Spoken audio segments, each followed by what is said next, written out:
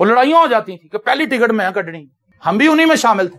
لو جی ہم لائن میں لگے ہوئے. تو ایک دن میں اپنے آفس میں تھا, ہم نے پلان بنایا ہوا تھا کہ ہم نے فلم دیکھنی ہے جا کے, اور ایک دم میرے اندر یہ خیال ابھرا کہ یار کدی تسی دوالے بھی جمع ہوئے. شام کو جب وہ دونوں دوست نیچے آئے میرے آفس کے نیچے بیسمنٹ میں, تو میں نیچے گیا. میں کہ یار آج میں نہیں جانا تھا. وہ کہتے کیوں؟ کیونکہ ہم تمہارا تو جھوٹ تھا, ہم تو مس نہیں کرتے. انہوں نے کہا بھی خیریت ہے, طبیعت ٹھیک. میں کہ یار میں نہ چاہنا کہ سی نہ فلم نہ دیکھا جائے, اسی دعا کریے. وہ میری شکل دیکھنے لگے. انہوں نے کہا کہ کہہ رہے ہیں. میں کہا چلو یار آج اسی دعا کر. اور جب دعا کرنے کے لیے آپ بیٹھے, اسی بیٹھک میں جو آگے بیٹھک تھی جہاں پہ 13 سال رہا ہوں میں, اس بیٹھک میں ہم نے زندگی کا وہ ایکسپیرینس کیا تھا, آپ بلیو کریں. ہمیں پتہ ہی نہیں تھا کہ ٹائم کیا چیز ہوتی ہے. سر ہم ٹائم سے آزاد ہو گئے تھے. ہم نے ایسے آنکھیں بند کی, اینج لگا کہ کسی اور ہی دنیا چلے گی. 7 بجے تو ہم بیٹھے تھے, رات کے 12 بج چکے تھے. 5-5.5 گھنٹوں کا ہمیں پتہ ہی نہیں چلا. اور ہمارا پلان یہ تھا کہ 15-20 منٹ کی دعا کریں گے, ٹک دے بسکٹ, زیرا بسکٹ اسی لے آگے رکھے ہوئے سن, کہتے بعد چاہ بنا کے پیاں گے, کھاواں گے. وہ ٹائم ہی نہیں آیا, رات ہو گئی. خدا نے ہمارا نظریہ بدل دیا. انہوں نے کہا یار اے بڑی اچھی رات سانو دکھائی, ہن نہیں فلمیں دیکھنی. آمین. اور پھر اس کے بعد ہم نہیں گئے فلم دیکھنے. یہ آپ کو بات بتا رہا ہوں 99 کی, 1999 کی, 22 سال پرانی بات. تو اگر آپ کے پاس ایک اچھا مشورہ ہے, آپ اپنے دوستوں کو دیں. ضروری نہیں کہ آپ ہزاروں کے مجمع میں جا کے کلام سنائیں گے. آپ صرف 2-3 لوگوں کو ٹارگٹ کر لیں, انہوں میں مسیح کو لے آنا ہے. صرف اتنا کر لیں. کیوں جی سر؟ اتنا کر لیں صرف. 2 بندے ٹارگٹ کر لے, انہوں ہوں میں اپنے نال ہی رکھنا. آؤ یار دعا کریے, آؤ یار فلانی جگہ دعا تے چلیے. کرتے کرتے کرتے وہ آپ کے رنگ میں رنگ جائیں گے. آئیے اپنی آنکھوں کو بند کریں اور دعا مانگیں. خداوند سے کہیں کہ خداوند مجھے مضبوط کر. یہ ایماندار کیسے ایماندار تھے؟ مار کھا کر, دکھ سہ کر, کاٹ میں ٹھک کر, کوڑے کھا کر, گالیاں سن کر, مکے کھا کر, اور لوگوں سے لان تان برداشت کر کے یہ مسیح کی گواہی دے رہے تھے. اور دوسرے ایمانداروں کو یہ نہیں کہہ رہے تھے کہ بھائی ہمارے ساتھ بہت برا سلوک ہوا ہے, یہ مذہب ٹھیک نہیں ہے, مسیح پر ایمان لانا تمہارے لیے نقصان کا سبب ہے, بھاگ جاؤ سب یہاں سے. بلکہ وہ یہ کہہ رہے تھے مسیح کے لیے دکھ سہنا بڑے فخر کی بات ہے بھائی.